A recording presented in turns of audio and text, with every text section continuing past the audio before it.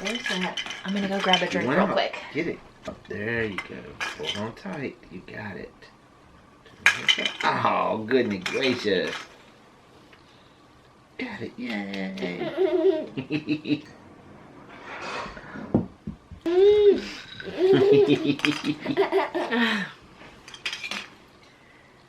you want a sip?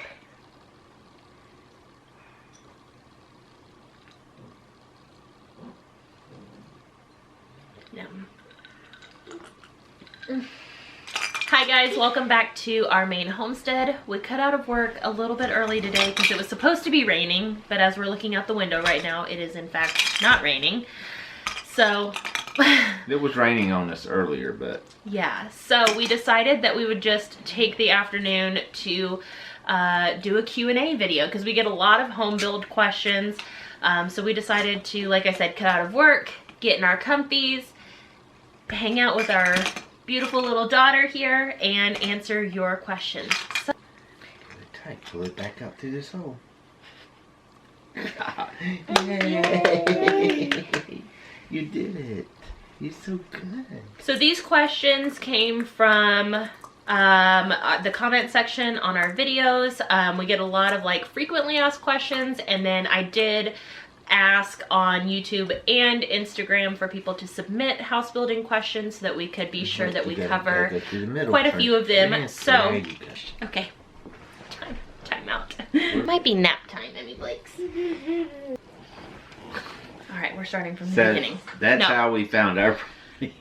Stop it. All right, you ready for the first one? Mm-hmm.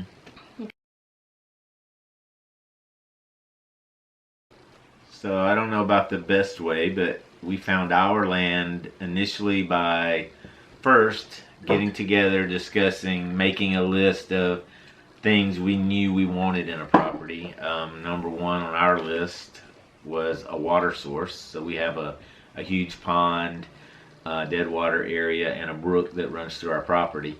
A number of other things, but we knew we wanted to be rural, very rural. A lot of things on our list. Once we made that list, we got online and started looking for those types of properties in the areas that we were interested in. We found several properties, so then we contacted a couple of real estate agents in the area. One that had several properties that we were interested in looking at. He was listed or worked for the company that had them listed, and some weren't.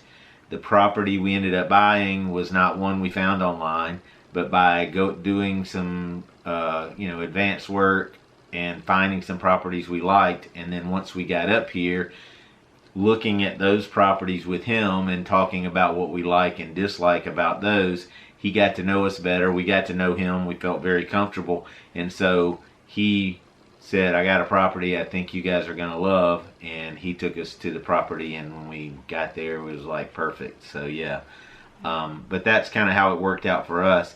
The other thing we did is go into town and talk to some people and get to know a little bit more about the area, because you don't want to move into an area. You may find a great property, but you may find out that there's a lot of problems and issues in the area that you aren't aware of.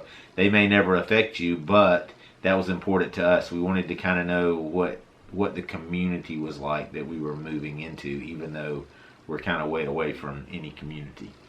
So that's how it worked for us, and I think that's a good approach.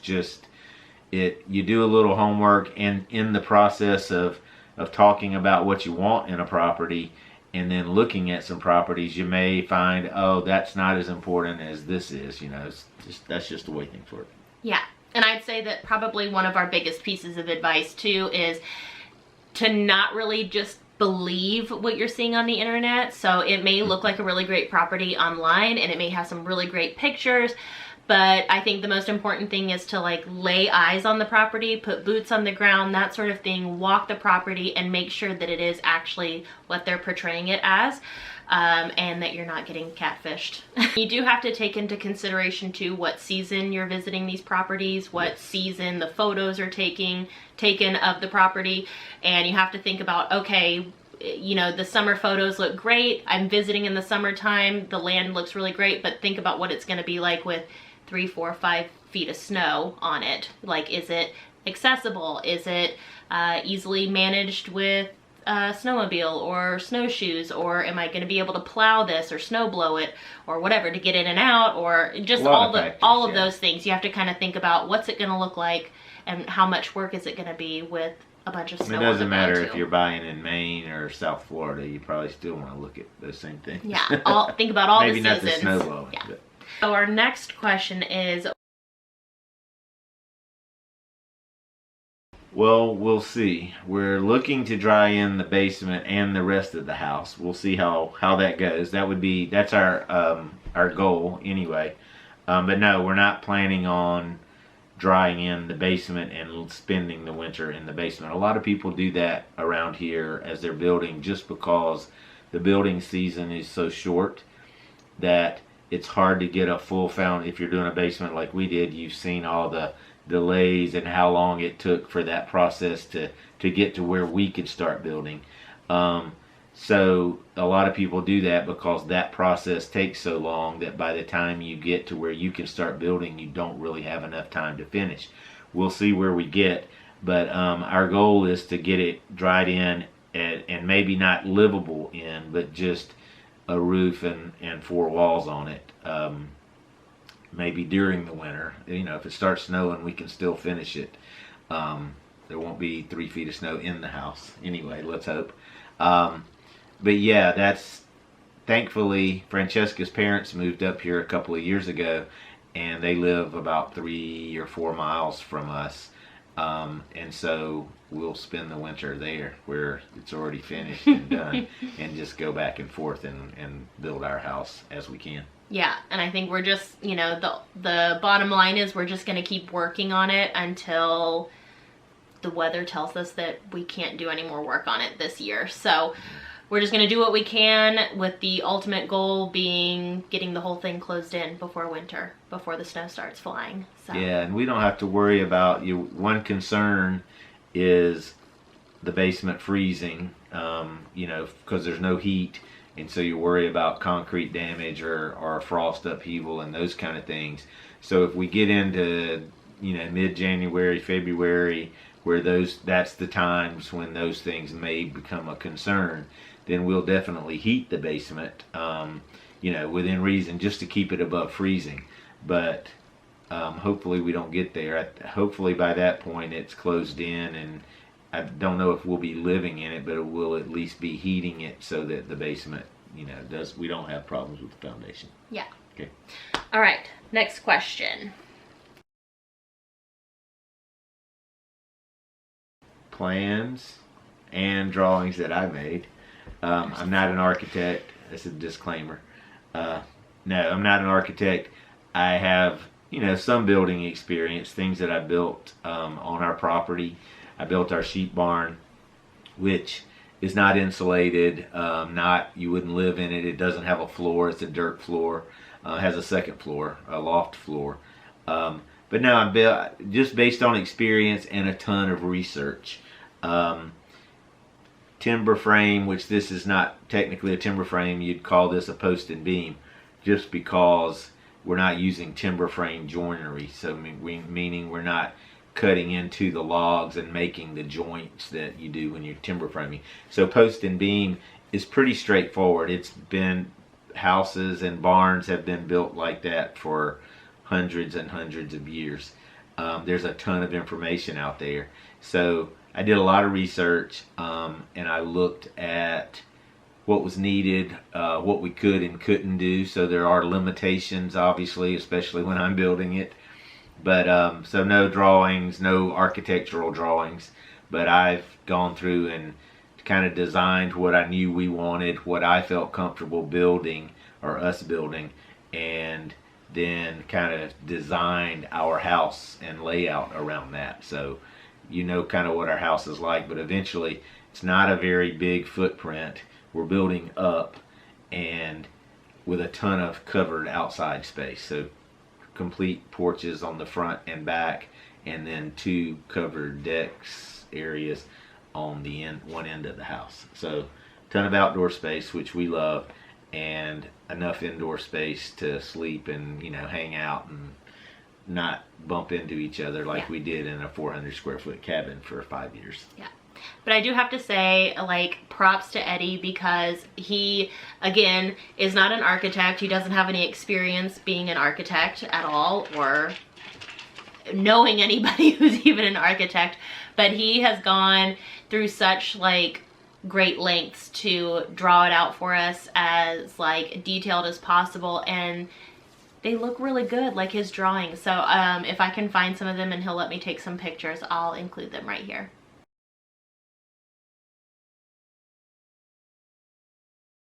Okay, so our next question.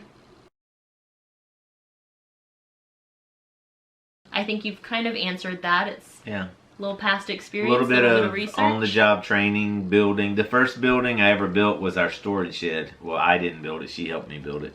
Was our storage shed on our property. And, you know, the more you do things, the more you learn. That doesn't mean you're qualified to go out and design a house and build a house. And I wouldn't have tried that back then. That was when we bought our property, that was kind of our goal.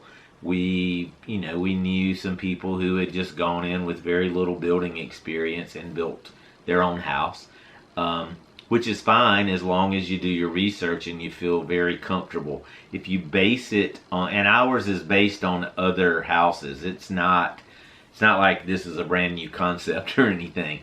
It's based on other buildings, and as long as you consider the structural parts of the building and you don't stray from the structural parts of the building, you should be fine.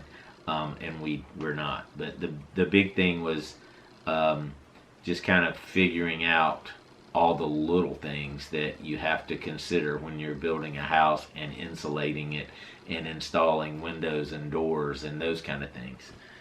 So it just takes a ton of research. Yeah. And he is very, very good at doing research. So that is all Eddie. Okay, next question. So it's a 20 by 34. So that's 680 square feet times 2 floors, 1360. So the inside, the 2 floors will be 1,360 square feet.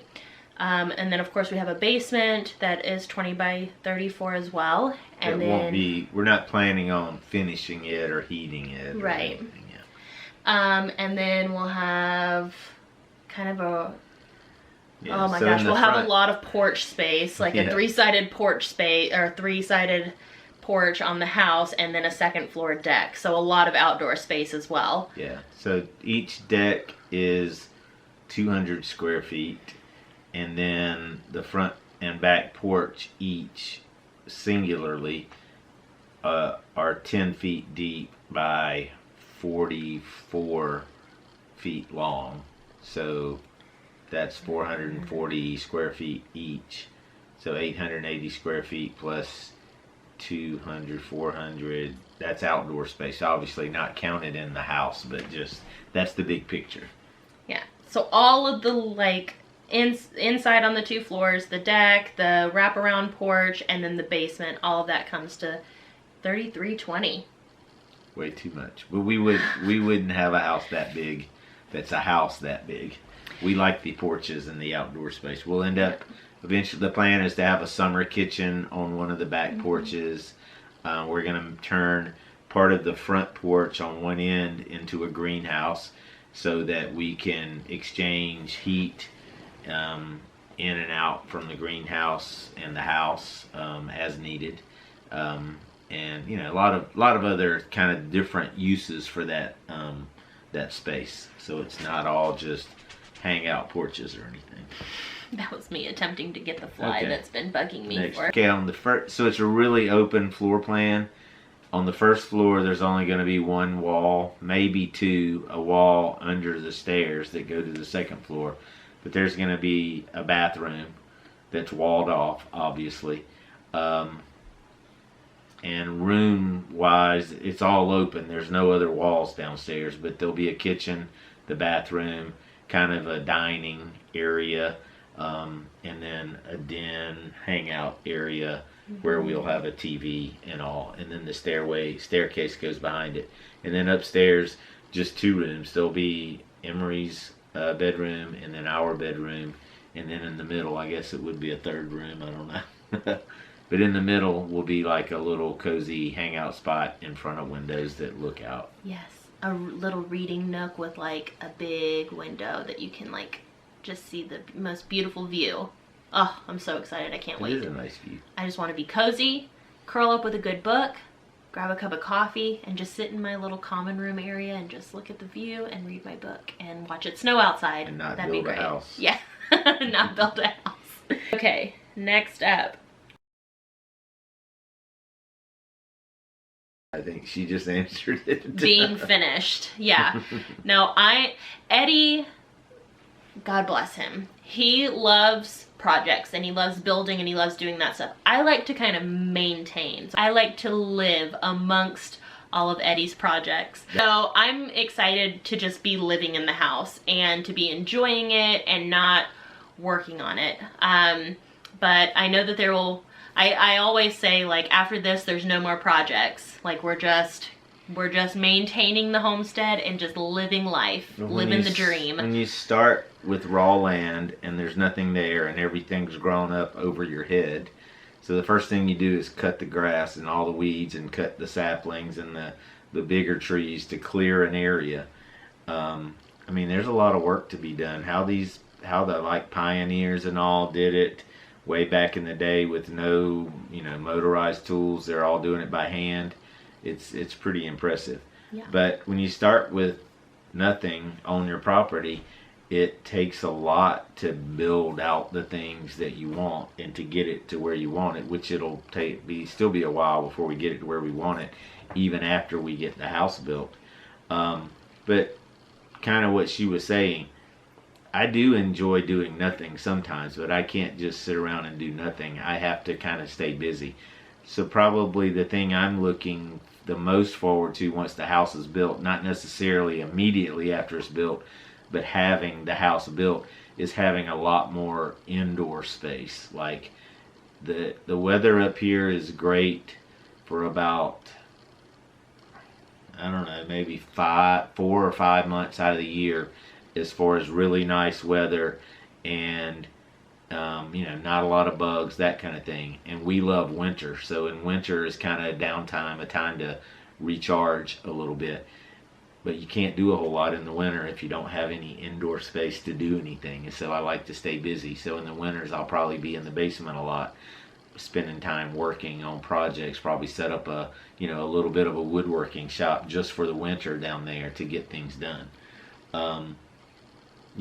And things that need to be done, or maybe fun things, whatever. Yeah, and I think just to be able to spread out a little bit more, because we were in a little less than 400 square feet. I think it was like 380 something. I can't remember.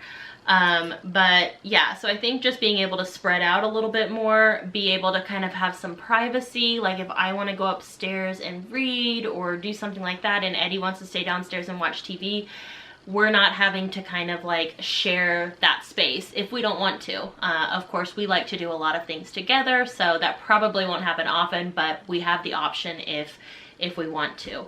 I think a little bit of extra space to work with Emery, like on some of her physical therapy activities and things like that, will be nice as well. So I think, yeah, just to be able to kind of stretch out, have a little bit more space to kind of live, so you're not like living amongst your things. That was kind of one of our big things in the cabin, was that no matter how many times you cleaned or organized or got rid of things, it still just always felt so cluttered to me. And I think having more space to kind of just like spread out some of our stuff will make it feel less cluttered. And just, it was like our home and our storage shed at the same Right. time, because it was the only heated place on our property, and our house will be the only heated place on our property when we get it built.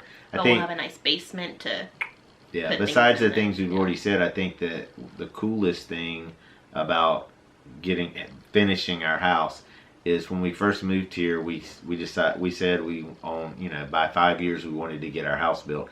We're missing it a little, had a few delays and those kind of things, and Emery came along that slowed us down a little, which is good. Yeah. But yeah, so almost 5 years, and we're kind of feel like we're on schedule anyway. Yeah. Next question.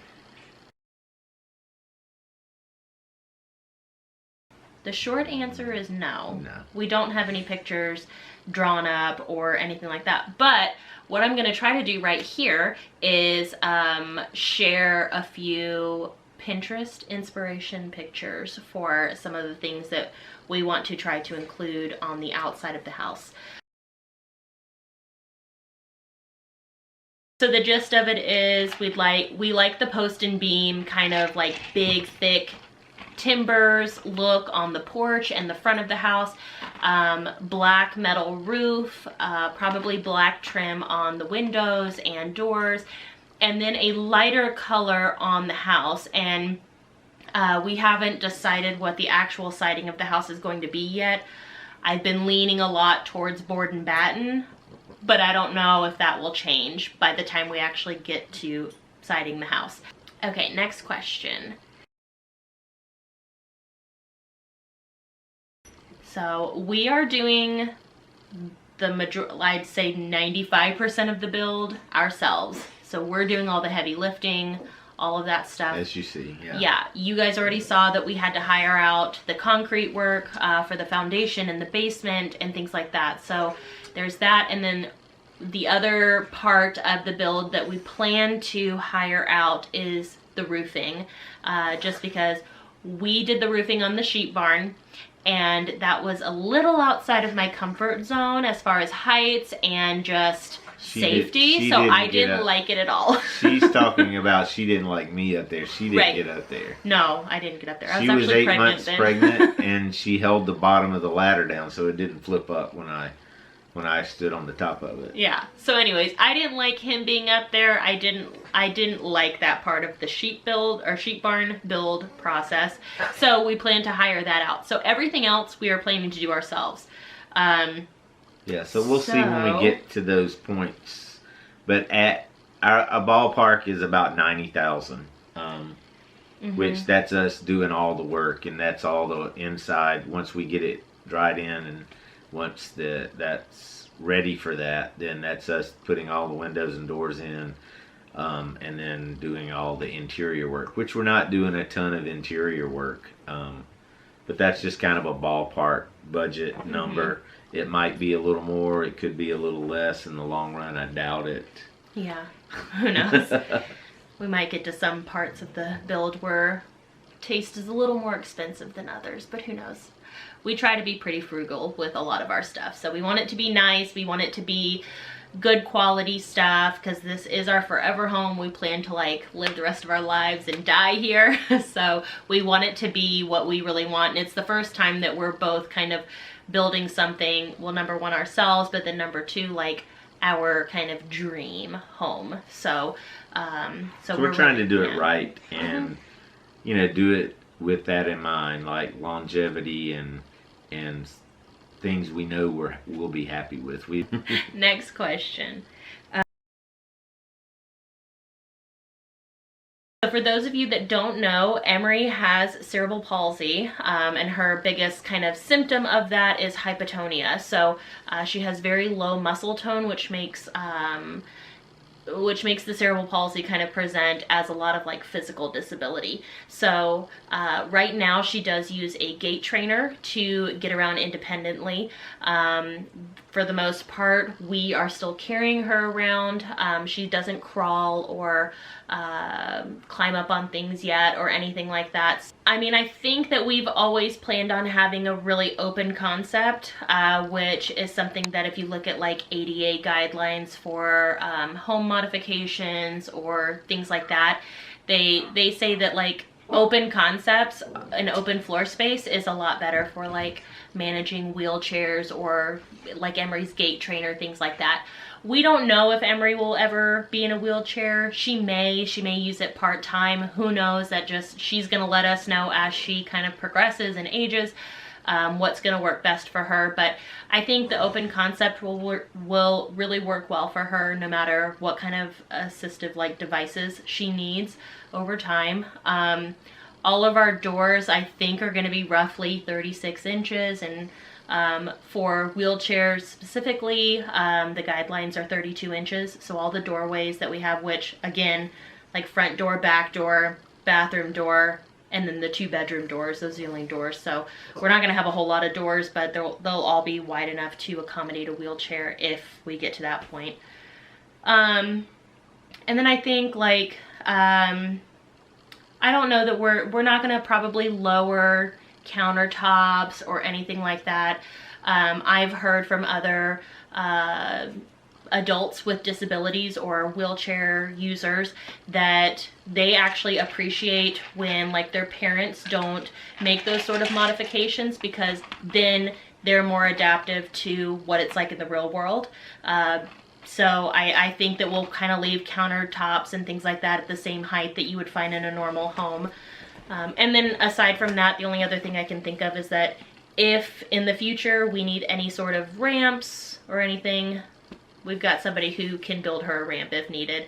We're not going to do that at this point because she's not really navigating a lot of spaces on wheels herself. Hope she doesn't need it, but I built us an elevator to go up to the second floor. Oh, that's a good idea. So, so yeah, so we kind of, I think, generally had some modifications already in mind that weren't necessarily like modifications we were thinking of. That was just kind of how we wanted to do the build in the originally.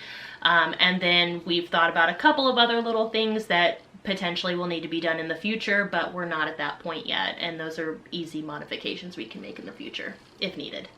Okay, next question. When we got ready to build, the first step was getting the basement done, which was, you know, I had to come up with the plan and how, you know, where we wanted it laid out. I staked it out, squared it, and made sure that it was in the right position, facing the right direction, those kind of things. And then getting enough, I had to clear some more trees to be sure they could get the equipment in all the way around the building to do the work they needed to do. Yes, another like first step on the actual construction process was finding somebody to do that part of the build for us. Yeah. So up in our kind of remote area of the state, it's a career as a living. Concrete contractors. Yeah, or construction or anything. All of those guys stay busy. They have plenty of business. They stay busy because the building season is very short here. So they stay pretty booked. So one of the things that we were looking for was obviously somebody who could help us sooner rather than later. You guys... Well, we started 2 years ago trying to get this organized. So it takes a while. And sometimes the wait list for concrete or any sort of construction, things like that, getting materials delivered, sometimes that is a 1 or 2 year process. Yeah. Here, so like I said, everybody stays pretty busy. So anyways, we were really trying to kind of line all of that up so that we could get it done according to our time schedule. So bingo. Yeah. Okay, and last but not least, the last question is... I'm familiar with it. There's a lot of buildings around in this area that were built or are being built with post and beam. A lot of timber frame buildings that are built by companies that pre-cut. They have laser cutters or whatever. I don't know how they do it, but they pre-cut all the timbers and then they bring them up to wherever the site is and then they put them together. And we're not doing that, but a similar type construction. But it's kind of what I was familiar with. We knew we wanted the exposed timbers, and when we get to that point, all of our timbers are going to be exposed on the inside of our house. It'll be wrapped on the outside. The inside wall actually goes outside of all of the posts. But so we knew we wanted that feel. That's what we wanted our house to look like. We wanted to build something that was bomb-proof. Let's hope. But you can see the huge timbers that we're building, and the way we're building it, it is solid. It is. It's not going anywhere for a long, long time. So we knew we wanted to do that. We did not want just a traditional, stud wall building. Mainly because, well, not mainly. The main reason is because of what we did want. But stud frame walls, a lot of houses up here, so when you get in extremely cold temperatures, You want to put your insulation, or at least layers of insulation, on the outside of your building. So you want to try to limit the amount of thermal break that you get through the walls, through wherever in your building. You want to kind of keep the insulation as continuous as possible. And so this is one way that we can do that in almost all of the areas that we're building. All of our windows will be framed on the inside of our building, inside of the house, and then our walls will extend out. So our windows will be recessed, so they'll be in a warm place. So that eliminates or reduces the chance for condensation forming. It creates a whole nother set of problems, potential problems, if not done correctly, with drainage and water coming in and windows leaking. So you have to be very diligent about flashing and sealing all of your openings on the house, and slanting boards in the correct way. But it allows you to get a lot more insulation, a lot better performance on the heating, and it keeps your building cooler in the summertime as well. But it gives you a lot better performance there. You can still take a stud wall, a stud framed house, and put insulation on the outside of it, along with insulation that's in between the studs. And the insulation on the outside kind of stops all of the thermal break from the studs. But without that, you get lost heat and not as good cooling, because you have studs that go from the inside to the outside, if that makes sense. Anyway, so that's one of the big reasons. Our roof as well, once we get to that point, you'll see it, but our roof, the ceiling will be actually on the outside of the rafters, and then the roof will be built up with 6 inches of insulation on top of that on the outside, and then we'll have some strapping, and then the metal will be attached on top of that. So our roof will be roughly 8 inches deep, maybe a little more, we'll see. But that kind of gives you that same effect. You have no breaks in the insulation at all. There's no studs or rafters that insulation is between. The insulation is on the outside of the rafter, so it kind of gives you a good seal. We're not trying to make an airtight building or anything, but that helps you air seal the building as well. So if you heat with wood, that's one thing. The air seal helps you be more efficient, but it also gives you no draw. If you don't have any, you have to open windows to make the fire burn. So hopefully we don't get to that. But I did a lot of research, but that's those are the main reasons. The main reason, I think, is because we like the look of that. These are 8x8 timbers. It's going to look very stout, and again, like she said, there'll be the post on the front porch and the back porch. They're the post out on the outside decks, and we get a kind of a complete timber frame or post and beam kind of look. Yeah. We like a lot of like natural kind of textures and colors and things like that. So I wouldn't be surprised if at some point we have some like stone mixed in, especially to the exterior look, which somebody asked about earlier. Maybe some stonework inside as well, like in our bathroom shower area, or maybe even in a bedroom wall or something like that as a kind of an accent wall. So yeah, so we really like stuff like that. But like he said, I think the main reason is just the look of it. That kind of wraps up our Q&A for today. Thank you so much for watching this video. If you enjoyed it, please give it a thumbs up. If you have any additional questions, leave them in the comment section below and we'll be sure to get to them. Subscribe if you haven't already. Hit the notification bell if you want to be notified when new videos come out. And thanks again for supporting our channel, and we are so happy that you're here. We'll see you next time.